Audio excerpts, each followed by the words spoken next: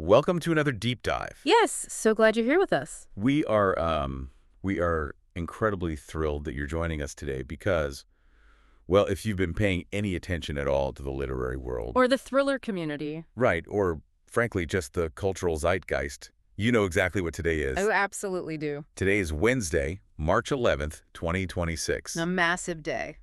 It is a massive, a landscape shifting day in the fiction world. We are, of course, talking about the highly anticipated and intensely secretive, I should add, release of the novel The Midnight Resistance. By Aaron Oliver. Yes, by Aaron Oliver. Book one of the brand new Gilded Lily duology. Finally. Finally out. But if you are listening to us right now, you know we aren't just here to give you a standard, spoiler-free book review. No, we don't do surface level here. We don't. We really don't. Not at all. And the reason today's deep dive is so utterly spectacular is because of the sheer volume and rarity, honestly, of the source material we have sitting right here on the desk between us. It's mind-blowing.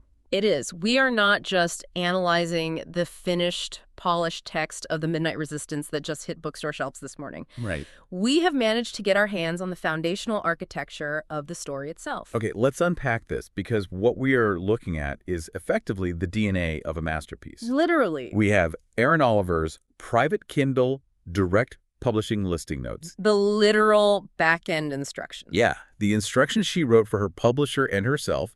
We have her master series blueprint, Complete with the messy, crossed-out revision outlines. which are fascinating to read. We have the psychological framework she built for her characters. We even have the specific curated musical playlists she used to engineer the emotional pacing of her scenes. It's a goldmine. It really is. Yeah. So our mission today, for you, the listener, is to take this mountain of raw data and completely deconstruct this tech noir thriller.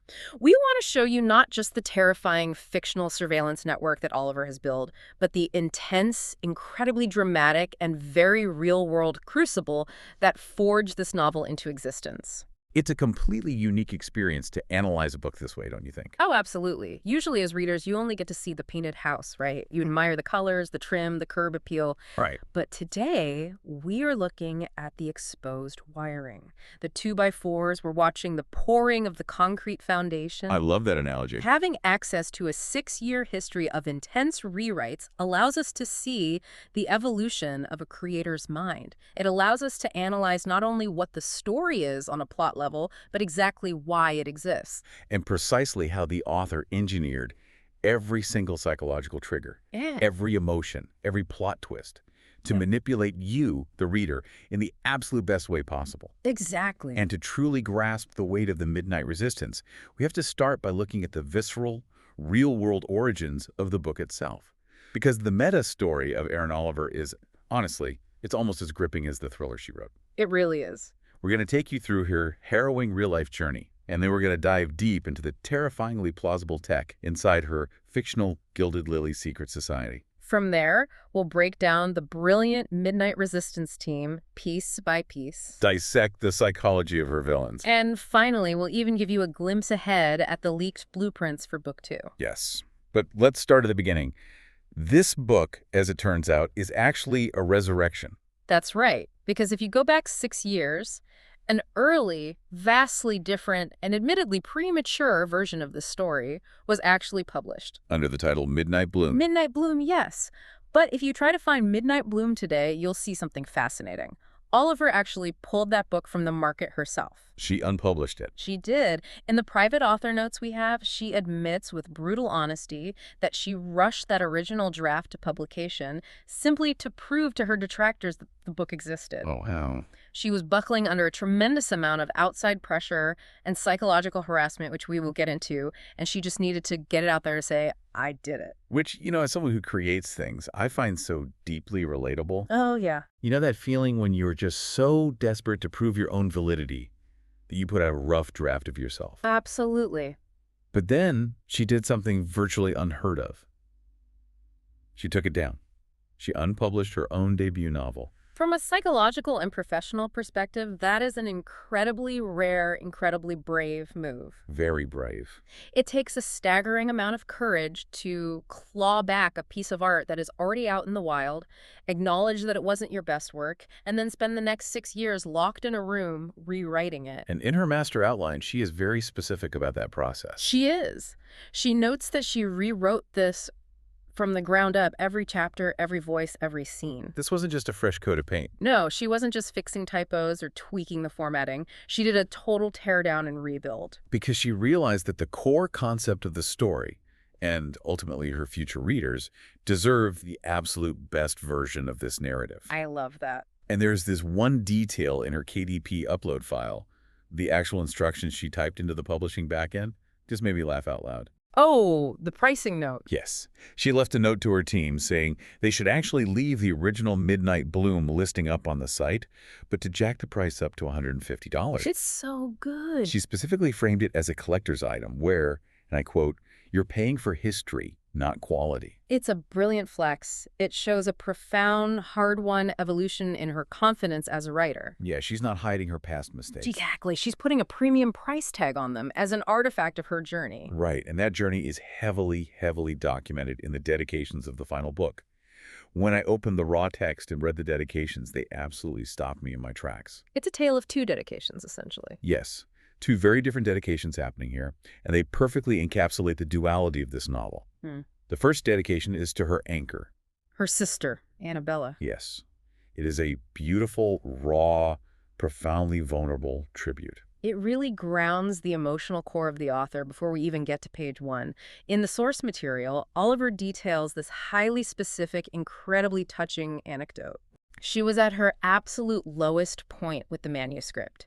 She was sitting at her kitchen table, weeping over massive plot holes, consumed by this looming, suffocating fear of her own mediocrity.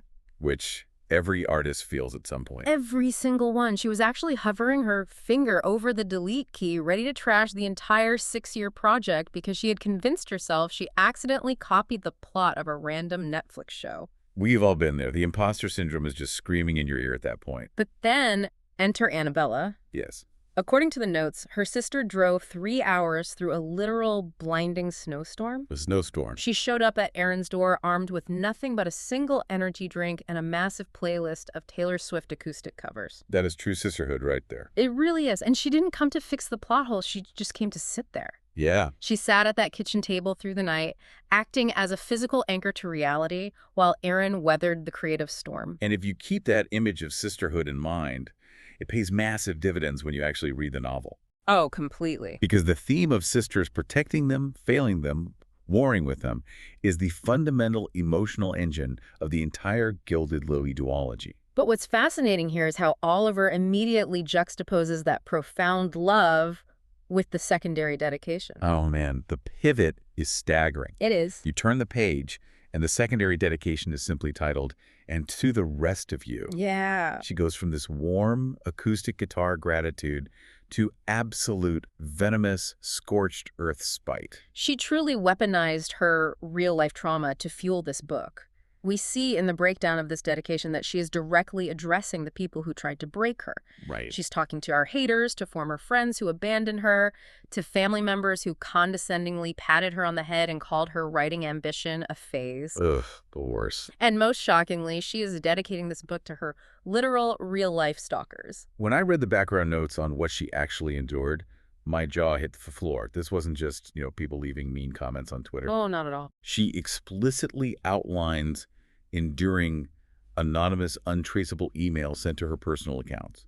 She received handwritten letters to her physical address, promising her that nobody would ever read her story. He was incredibly dark. She had people creating new dummy usernames every single week just to artificially bomb her work in progress with 1-star reviews on obscure writing forums. It was a highly coordinated, relentless campaign designed specifically to destroy her mental health and force her to quit. And they went even further. They did. They were combing the internet for her public records, property taxes, old addresses, family connections, just to turn the mundane details of her existence into a psychological weapon. That is terrifying. They wanted her to feel like she was being watched at all times. They wanted to create a panopticon of harassment. But I guess they underestimated who they were dealing with. Because I'm reading this and thinking, how on earth do you survive that without completely losing your mind? Right. How do you turn a massive glowing target on your back into a best-selling thriller? You don't just survive it, you study it. You put it under a microscope. To quote Oliver directly from her private notes on this dedication, every attempt to unmake her was a lesson in character development. Wow. She didn't just block the noise, she actively analyzed the psychology of the people attacking her. That takes so much strength. It really does. She explicitly states that enduring this sustained, targeted psychological warfare gave her a, quote, genuine ability to understand villains more than I ever did. She used them. She did. She learned the deep, pathetic subtleties of human envy. She learned what desperation looks like when it's disguised as righteousness. That is so powerful. She's basically saying, thank you for the free research? Precisely. And for you, the listener, this context is absolutely vital. Yes, it is. Because when we get into the heavy themes of the novel, claustrophobic paranoia, the terrifying digital tracking, the systematic coercive control exerted by the Gilded Lily, you have to understand that this isn't just a standard paint-by-numbers thriller trope. Right. She didn't pick this up from a weekend screenwriting seminar. No. This is lived experience mathematically translated into fiction. The system of surveillance she writes about in the book feels so suffocatingly real because the author herself spent years being suffocated by surveillance and harassment. Think about that for a second. Think about taking the absolute worst people in your life. The trolls, the bullies, the people actively rooting for your downfall and painstakingly distilling their toxicity into ink to build a multi-million-dollar literary empire. That is alchemy. Pure alchemy. Yeah. And that perfectly transitions us into the dark, brilliant world she built with that alchemical knowledge. I want to welcome you to Northwood University. Let's do it. Let's look at the anatomy of the cult at the center of this book, The Gilded Lily. And to understand the trap, we first have to understand the prey. Right. We enter this world through our protagonist, Claire Thompson. Claire is a brilliantly constructed entry point for the reader. From a structural perspective, Oliver establishes Claire's vulnerability immediately. Right on page 1. And she does it through deeply sensory, tragic backstory. We meet Claire driving her dead mother's heavily dented Honda Civic. Such a specific visual. And the author's notes are so specific here. The car's transmission constantly sticks in third gear. Yeah. And the interior is permanently permeated with the scent of cheap lavender hand lotion and a faded pine tree air freshener. I love that detail so much. It's not just a car. It's a mobile sensory anchor to her grief. Yeah. You can practically smell that specific mix of synthetic pine and lavender just hearing it. Exactly. It immediately tells you that Claire is someone clinging to the ghosts of her past because her present is too painful. And the reason her present is so painful is because of what the author's blueprint categorizes as her glitch. Yes, the glitch. Let's talk about the glitch. And I want to be really clear here for anyone who might be rolling their eyes at the idea of a supernatural element in a tech thriller. It's not what you think. No, Claire is not a traditional psychic. No. You are not going to see her breaking out a crystal ball, doing cold readings, or talking to ghosts in the hallway. No. Oliver grounds the supernatural element entirely in somatic physical trauma. Yeah. Claire experiences involuntary, deeply painful physical manifestations of other people's suppressed secrets and buried traumas. The text describes it as walking around with an open wound that refuses to close. Exactly. If she gets too close to someone harboring a dark secret, she doesn't hear their thoughts like a mind reader. Right. Instead, she might suddenly get a harsh metallic copper taste at the back of her throat, or a burning heat in her palms. Or she'll get these violent, microsecond visual flashes, like 2 blinding white flashbulbs of headlights from an oncoming car, or a stark image of blood pooling on white bathroom tile. It's incredibly visceral. Imagine trying to go to a college biology lecture, or sitting in a crowded dining hall, and your body is just randomly absorbing the physical sensations of the worst days of everyone around you. It's exhausting just thinking about it. It forces her to completely isolate herself. She has to sit in the absolute back row of every class. She avoids eye contact, and she avoids skin-to-skin physical contact at all costs. Because a simple handshake can overwhelm her nervous system with someone else's hidden damage. Right. She is profoundly, achingly lonely by necessity. Which, if we connect this to the bigger picture of how predatory organizations operate, makes her the absolute textbook perfect target for the Gilded Lily. It really does. Predators don't look for the strong, connected individuals. They look for the people sitting in the back row. Let's look at the inciting incident of the novel. Out of nowhere, Claire receives an invitation, and it's not a text message or a mass email. It is a heavy cream paper envelope. Yes, physically sealed with black wax, stamped with the emblem of a raven. It's an invitation to a highly exclusive Halloween party at 8 p.m. at a sprawling off-campus estate. The tactile nature of that invitation is so smart. Oh, brilliant. In a digital world, handing a lonely girl a heavy wax-sealed envelope feels incredibly grounding and special. And the hook, the core promise that the Gilded Lily offers to its recruits is intoxicating for someone carrying as much isolation as Claire. Their official slogan is, "Once you belong, you never want to leave." It's a masterful piece of marketing because it attacks her exact deficit. Officially, the public facade of the Gilded Lily is that of an elite, prestigious, student-led secret society. They present themselves as a sanctuary, A sanctuary, right? offering profound support, networking, and a deep sense of belonging to the uniquely gifted but socially isolated students of Northwood University. They offer a family to those who have none.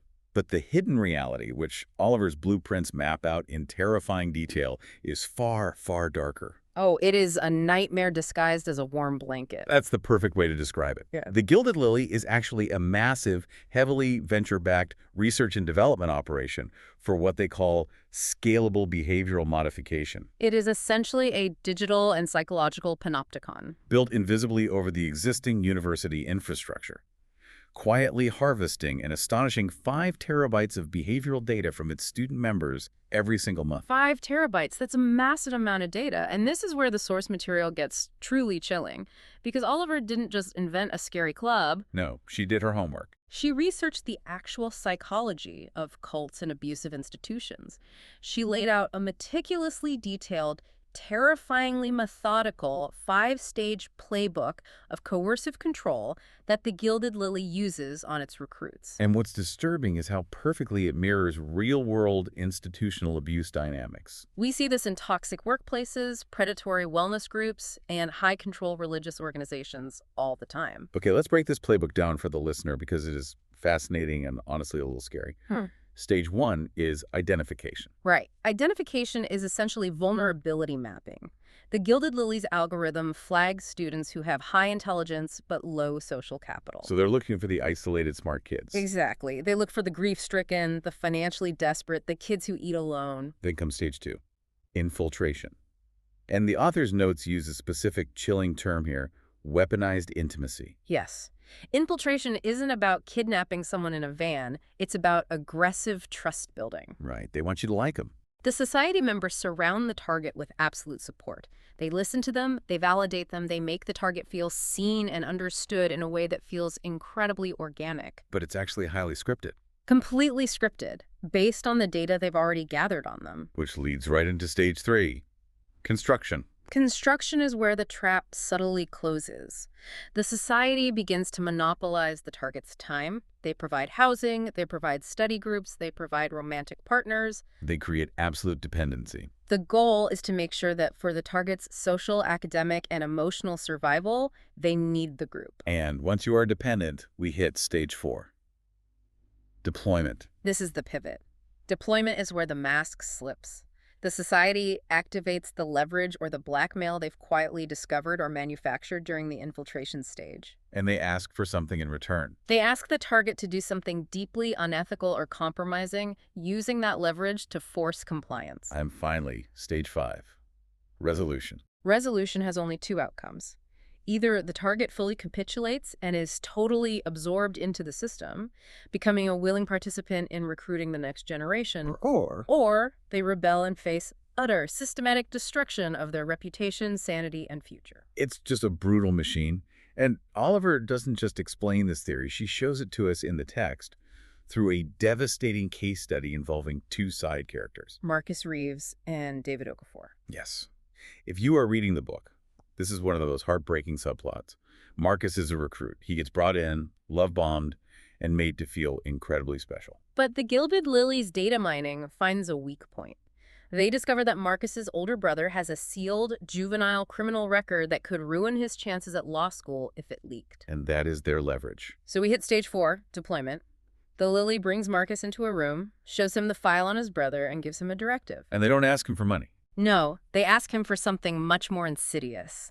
They demand that Marcus intentionally and brutally destroy his closest lifelong friendship with David Okafor, who is not in the society. It's so sick. Marcus is forced to manufacture this horrific, entirely fake fight with David in public, He has to say the most unforgivable things to his best friend. completely burning that bridge to ash. And the result, stage 5. Marcus is fully absorbed into the cult because after destroying his friendship with David, the society is literally the only support system he has left. He is trapped by his own forced actions. Exactly. And look at the collateral damage. David, who has no idea about the Gilded Lily or the blackmail, is so psychologically broken by the sudden, violently unexplained betrayal of his best friend that he completely spirals. He drops out of his classes. He drops out and ultimately ends up being institutionalized. It perfectly, ruthlessly mimics the architecture of institutional abuse. And there's a line in the book from Amelia, who we will talk about soon, that perfectly sums this up. She says, "The system doesn't just isolate you. It hands you the matches and forces you to burn your own bridges so that when the fire is out, the system is all you have left." It's chilling. The public destruction of former members like David serves as a silent, terrifying warning to current members. It is a self-reinforcing loop of terror disguised as a supportive community.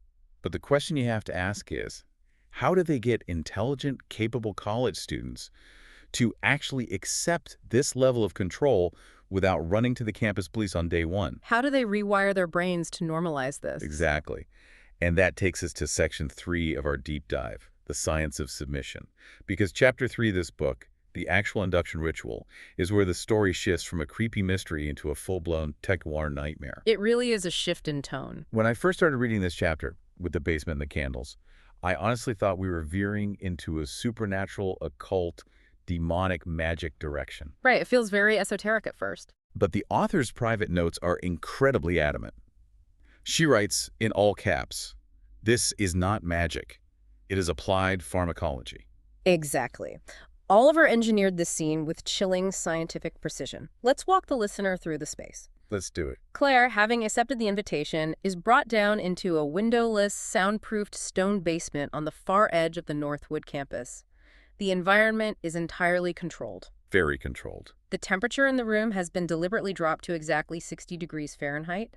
The stone floor is covered in meticulous, complex, white chalk geometry, and the only illumination comes from these flickering, unnerving blue candles. It sounds like a seance. Yeah. But break this down for me, because what is actually happening to the human body in that room? Oliver designed this ritual in 3 distinct, overlapping, highly scientific layers. Correct. Layer 1 is environmental priming. When you walk into a 60-degree windowless stone room, your body reacts. The cold temperature combined with the disorienting, complex visual stimuli of the chalk symbols intentionally triggers the parasympathetic nervous system. So it's a physical reaction before anything else. Yes, it forces a physiological drop in heart rate. It bypasses the logical brain and induces a primal state of physical surrender and mild shock. So they are already off balance before anyone even speaks. Yeah. Then we hit layer 2, the chemical agent. Yes. And this is where the blue candles come in. They aren't burning some mystical ancient resin. The author reveals that the blue flame is simply achieved by adding lithium chloride to the wax. It's pure theatrical showmanship to make the room look intimidating. But the actual danger is in the vapor the candles are emitting. Yes, the wick of the candles is laced with a custom synthesized aerosolized benzodiazepine derivative.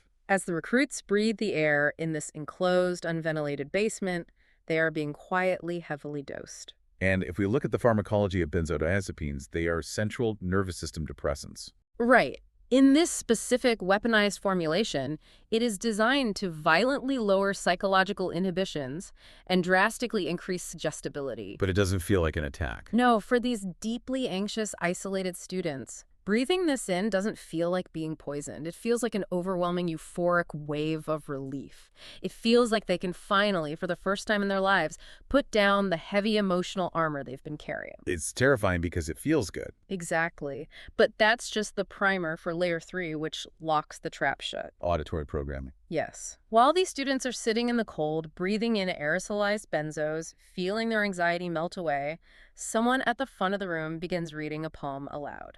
It's an original piece called The Raven's Flight. But as Oliver's notes point out, the actual words of the poem are completely irrelevant. The words are a distraction. What matters is what is hiding beneath the words. Right. Interwoven into the ambient sound of the room and the specific rhythmic cadence of the reader's voice are isochronic tones. Okay, pause here for a second. Explain isochronic tones to me like I'm 5, because when I read that term, my brain just pictured a sci-fi hacker movie. What is actually happening to the brainwaves of these students? Think of it like a metronome for your brain. Isochronic tones are regular beats of a single tone that pulse on and off at a highly specific speed. Okay. In this case, Oliver's blueprint notes that the tones are perfectly calibrated between 4 and 7 hertz. When the human brain is exposed to a rhythmic beat at that specific frequency, it naturally attempts to match it. Brainwave entrainment. Exactly. The 4 to 7 hertz range forces the brain out of its awake, alert beta state and drags it down into a theta state. And a theta state is what, exactly? The theta state is the brainwave frequency you experience in the brief twilight moments right before you fall asleep or during deep meditation, or crucially under deep hypnosis. Wow. It is a state of profound suggestibility where the critical questioning part of your mind is essentially turned off. So combining the parasympathetic shock of the cold, the chemical inhibition of the benzos, and the hypnotic entrainment of the isochronic tones, the brain is wide open. Wide open. The cadence of the poetry reading is then used to implant deeply embedded behavioral directives of absolute loyalty, secrecy, and obedience straight into their chemically compromised, undefended subconscious. It is industrialized, scalable reprogramming. They aren't brainwashing people with torture. They are hacking the brain's hardware using sound waves and vapor. And it leaves behind these terrifying walking casualties. The most heartbreaking example in the book is Julian Martinez. Julian is such a tragic figure. He is positioned early on as Claire's potential love interest, but the reality of his existence is horrifying. Oliver's notes describe Julian as having been chemically laminated. The induction ritual worked perfectly on him. When we meet him, he is a high-ranking insider. He is completely compliant, flawlessly executing the Lily's orders, moving through the campus like a beautifully dressed marionette. But the gut punch is that the real Julian isn't dead. He is just trapped underneath the programming. He's buried alive in his own mind. And he can only break through this chemical lamination in these tiny, agonizing micro-flickers. There is this scene during Claire's induction where Julian is assisting in the ritual. He touches Claire's arm, and because of Claire's psychic glitch, her ability to physically feel other people's suppressed trauma, she receives a desperate psychic SOS from him. Through that brief skin-to-skin contact, Julian's buried, true consciousness transmits a single thought to her. My hands have chalk on them, and I don't know why. It gives me chills just thinking about it.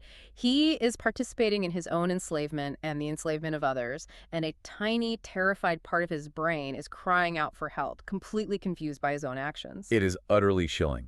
And it's that exact moment that changes everything, because Julian's SOS, combined with Claire's unique neurology, creates an anomaly. Right. Why doesn't Claire get chemically laminated like the rest of them? It comes back to her glitch.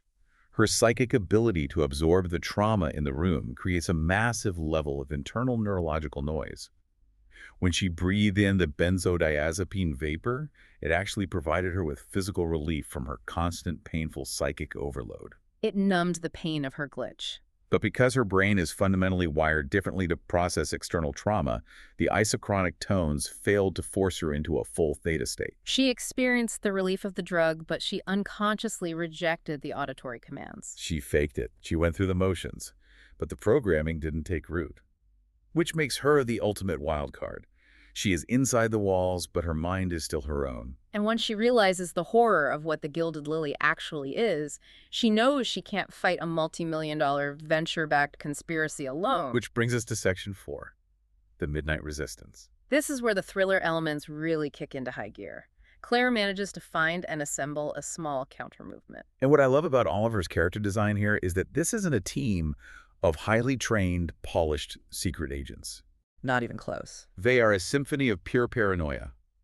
We are talking about 4 exhausted, deeply traumatized college students operating out of a flickering, fluorescent-lit basement study room in the campus library. They are not running on military discipline. They are running on blue Gatorade, expired energy drinks, and pure, unfiltered anxiety. Let's look at the roster of this team. First up, we have Liu Zhang. The author labels him the hacker. But he's not your cliché Hollywood hacker typing green code on a black screen. No. Leo is driven by pure obsessive system thinking and an absolute vibrating paranoia. And as we learn, his paranoia is entirely mathematically justified. Yeah. Have you ever had a moment where you hyperfixate on a tiny inconsistency and just can't let it go? Oh, definitely. That is Leo's superpower. He notices a tiny packet anomaly on the university's network, and according to the timeline in the blueprints, he stays awake for 41 hours straight. Surviving entirely on string cheese and lethal amounts of caffeine. Exactly. Just to manually track this anomaly through the routing tables. And what he finds is staggering. He discovers that the university's seemingly benign network is secretly, quietly bundling and sending 5 terabytes of encrypted data every single month to a single, heavily fortified IP address located in Cambridge, Massachusetts. Let's put that in perspective for the listener. 5 terabytes of data a month from a single college campus. That is an ocean of text messages, keystrokes, location tracking, microphone activations, and biometric data. And Leo maps this routing protocol and realizes it's not just happening in Northwood. He maps a 12-university digital panopticon. He is the one who cracks the scope of the conspiracy. He realizes this isn't a creepy campus club. It is a massive, distributed human experimentation network. He provides the technical proof. But to understand the human cost, we have to look at the second member of the team, Amelia Vasquez, labeled the analyst. Amelia is a forensics linguistics student, and frankly, she might be the most terrifyingly competent character in the entire book. Amelia is incredible. Imagine the sheer psychological fortitude this requires. Amelia has been living a total double life, deeply embedded inside the Gilded Lily for 6 solid months. And she hasn't just survived, she has thrived. The system monitors everything, and Amelia has maintained a flawless 96% compliance score in their behavioral algorithm. She knows exactly how to smile, what to say, and how to act to feed the algorithm exactly what it wants to see, making them think she's the perfect, brainwashed recruit. Meanwhile, she is secretly, meticulously documenting the entire 5-stage playbook of coercive control from the inside. She is categorizing their methods, mapping their probability models, and building decision trees on how the leadership operates. But the psychological toll of playing a double agent is immense. She's starting to compartmentalize so deeply that she's losing track of her own baseline personality. And there is this one detail from the author's outline about Amelia that just shattered my heart. It's her secret cry for help. Oh, the stars. Yes, Amelia's dorm room ceiling is covered in those cheap, plastic, glow-in-the-dark stars that kids have. But she hasn't arranged them in constellations. She has precisely arranged them to spell out the letters H-E-L-P in massive Morse code across her ceiling. Every night, she lies in bed, perfectly compliant by day, staring up at a screaming cry for help that only she can read. And as Oliver noted in the margins of her outline, no one ever looks up. It's a brilliant, haunting character detail. It shows you the isolation of her mission. She is entirely alone. She even keeps her older sister, Ray, who happens to be hardened, cynical investigative journalist in San Francisco, entirely in the dark. Amelia refuses to contact Ray because she knows that if she involves her sister, the Lily will target her. She's carrying the entire weight of this infiltration to protect her family. Which brings us to the final member, rounding out the team, Sarah Jenkins, the catalyst. If Leo is the brain and Amelia is the shield, Sarah is the ticking clock of the narrative. Sarah's a graduate biology researcher, and she possesses the nuclear code. Exactly. Sarah has managed to acquire physical analog proof. She holds a manila folder containing the 2008 MIT archival evidence detailing the original crimes of the architect who built the Gilded Lily system. But she isn't safe. The Lily's algorithm flagged her, and they have successfully blackmailed her over her father's past financial crimes. They've given her a hard, non-negotiable Thursday deadline to hand over the MIT evidence, or they destroy her family. So this raises a deeply important question for you, the listener, to consider. Put yourself in that library basement. You have 4 exhausted college students. You have 3 overheating laptops. You have 1 manila folder of old documents. How do you fight a multi-million-dollar venture-backed conspiracy that has a 15-year head start and controls the very network you use to communicate? You can't fight them on their terms. When the 4 of them finally pool their knowledge in that basement, they have a massive, tense debate about their strategy. Leo is terrified of the Lily's digital countermeasures. Amelia is terrified for her sister's safety. Sarah's watching the clock tick down to Thursday. But out of this desperation, they forge a core philosophy that drives the entire climax of the book. Leo finally looks at the group and states their new operating protocol. We do not negotiate, we expose. It's a massive paradigm shift. They recognize that playing defense against a system designed specifically to absorb resistance is mathematically futile. If you try to negotiate, they just map your behavior and absorb you. The only way to kill a fungus that thrives in the dark is to turn the lights on completely. They decide they aren't going to try to shut down the Northwood chapter. They're going to detonate the entire 12 university networks simultaneously in the public eye. But to understand the sheer difficulty of that goal, we need to talk about the people hiding in the dark.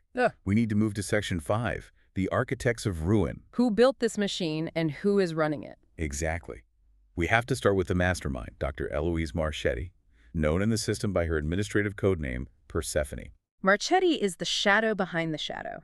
What is fascinating about her as an antagonist is that she doesn't actually appear on the page in Book 1. She has no dialogue scenes. Yet, her presence is entirely suffocating. She is the architect. Remember that MIT archival evidence Sarah is holding? Right, the 2008 files. It reveals that back in 2008, Dr. Marchetti was a highly respected PhD in cognitive psychology at MIT, but she was aggressively defunded and expelled for massive ethical violations. Her early, crude attempts at creating this exact chemical and auditory induction ritual went horribly wrong. She permanently hospitalized 3 undergraduates and caused one highly publicized suicide attempt.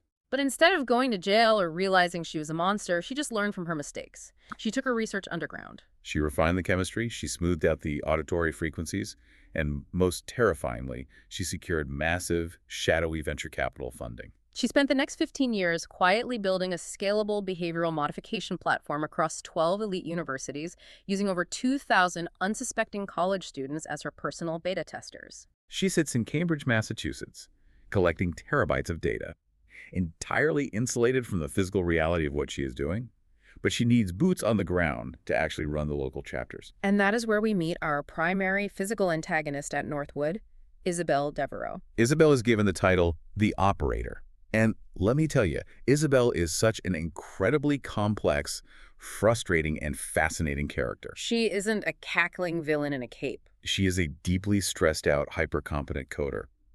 She runs the Northwood chapter by living off 5-hour energy shots and pulling brutal 3 a.m. code sprints. She is the one who literally built the empathy engine and the predictive profiling algorithms the Lily uses to map vulnerability. Okay, I have a question for you, though, regarding Isabel. When you read Oliver's notes, she specifically states that Isabel genuinely believes she is protecting people. She justifies her actions by believing that her massive surveillance apparatus creates a safe haven, a structured environment for vulnerable people who would otherwise fall through the cracks of society. Do you actually buy that? Or is that just the lie she tells herself to justify playing God? Oh, it is 100% a coping mechanism. I think she started with good intentions, maybe wanting to build a community, but the power corrupted her. And frankly, she knows she's trapped. She isn't the one at the top of the food chain. When Leo hacks into the local network, he discovers a heavily encrypted directory labeled the insurance folder. Yes, the insurance folder. This is Marchetti's leash on Isabel. Inside that folder is high-definition video footage of Isabel Devereaux physically presiding over the underground chemical induction rituals. It shows her lighting the lithium candles, distributing the aerosolized benzodiazepines, and locking the doors. Marchetti uses this video as absolute leverage to keep Isabel perfectly, flawlessly obedient. If Isabel shows even a hint of an independent agenda, or tries to shut the project down, Marchetti ensures that video goes straight to the FBI, and Isabel takes the fall for 15 years of illegal human experimentation. So she is a warden who is also a prisoner.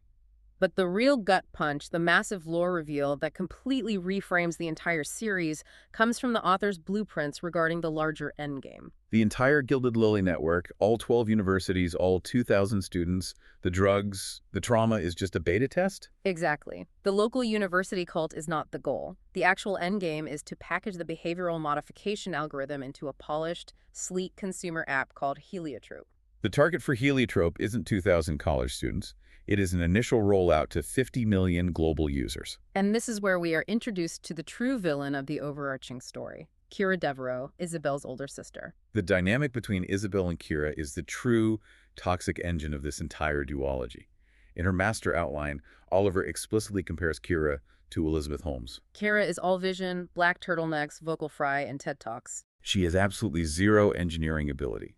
She couldn't write a line of Python to save her life. But she is an absolute master at networking, raising venture capital, and manipulating the media. So what does Kira do? She literally steals her younger sister's architecture. She takes the empathy engine and the predictive algorithms that Isabel bled over for years in a basement, strips away the creepy cult aesthetics, slaps a friendly, minimalist pastel flower logo on it, calls it Heliotrope, and launches herself as the Red Queen of Tech. Kira is appearing on the covers of Forbes and Wired magazine, being hailed as a visionary, while Isabel is relegated to a stressed-out, blackmailed middle manager running the illegal beta test in the shadows. The resentment there is just palpable. You can feel the heat radiating off the page. The author writes that once Isabel realizes Kira is going to launch Heliotrope and take all the glory, Isabel's core motivation shifts entirely. It moves away from any misguided desire to protect her flock at Northwood and shifts into pure, incandescent spite against her sister. It's a fascinating psychological pivot. Isabel's internal logic becomes deeply toxic. If I can't have the credit for building this world-changing algorithm, nobody can. And especially not the sister who didn't stay up for 3 days straight writing the code. This deep, ugly well of spite sets the stage for everything that happens in the climax. It's a brilliant, tragic irony. The massive surveillance system built entirely on weaponizing the intimacy and trust of lonely college students is ultimately undone from the inside by the toxic intimacy and jealousy of two warring sisters. Which brings us to the absolute powder keg of the novel, Section 6, the 72-hour heist.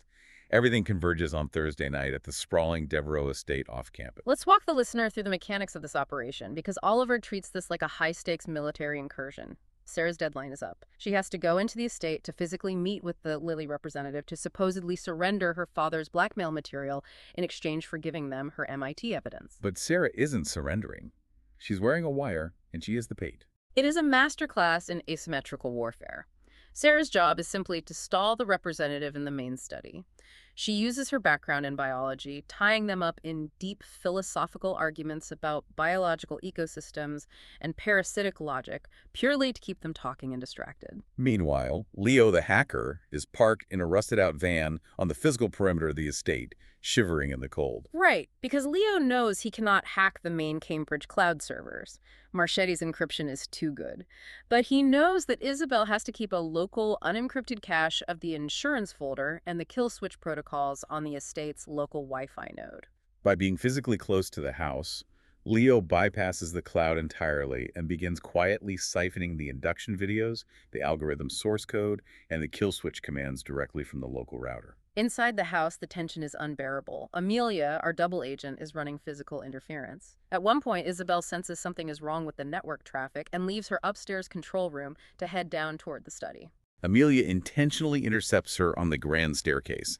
Amelia uses every ounce of her flawless 96% compliance score to deflect Isabel's suspicion. She engages Isabel in a tense, perfectly calibrated conversation about recruitment metrics, acting as a human raid block while Leo is outside frantically watching progress bars slowly tick across his screen. And we can't forget Claire.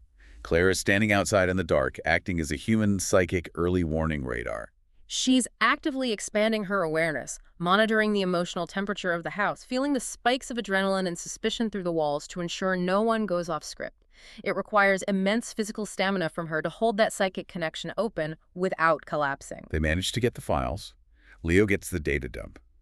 They escape back to Leo's apartment thinking they have won.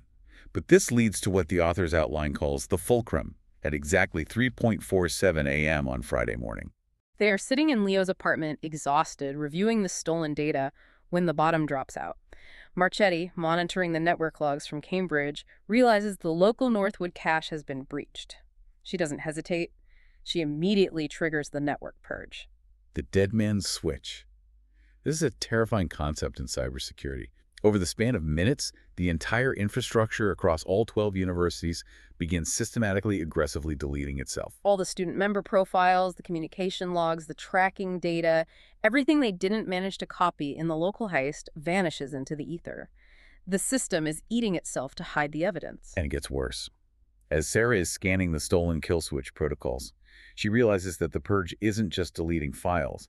It has triggered an automated, massive counter-narrative protocol. The system is already automatically deploying thousands of pre-written press statements to major news outlets. It is filing preemptive legal motions.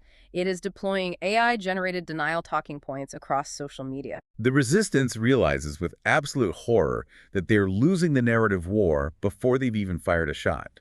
The Lily is already painting any leaked data as a sophisticated hoax perpetrated by disgruntled students. They are completely outgunned in the PR war, which forces Amelia to make a brutal, life-altering call. The original plan was to hold the data, parse it, and figure out a safe way to release it. But they have no time. They have to execute the simultaneous dump immediately at 0800 hours on Friday. Leo packages the entire Operation Midnight Resistance dossier, the induction videos, the source code, the 2008 MIT files, and he sends it to exactly 2 places at exactly the same time. He sends one copy to the FBI Cyber Division in Washington, and he sends the other copy to Ray Vasquez, Amelia's investigative journalist sister in San Francisco. The strategic brilliance of that dual delivery is incredible. In a panicked room, Amelia lays out the logic flawlessly. As she states in the text, the press ensures public exposure, the feds ensures legal consequences. Neither can be suppressed without the other acting as a failsafe. It's a perfect understanding of how institutions protect themselves. Think about it. If they only went to the FBI, the entire investigation could easily be classified, buried in bureaucratic silence, or quashed by the Lily's massive political connections.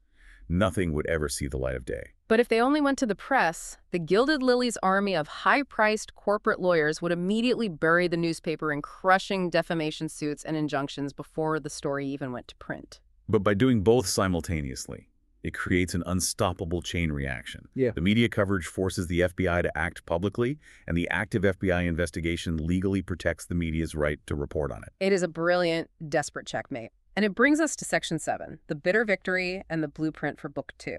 Because the fallout from this simultaneous dump is immediate, chaotic, and devastating. It is absolute carnage. Right. Ray Vasquez out in San Francisco receives the data, verifies the video footage of Isabel, and immediately bypasses her editor to publish the massive expose directly to the wire at 9:03 a.m. Eastern Time. The internet effectively catches fire. But the villains are smart.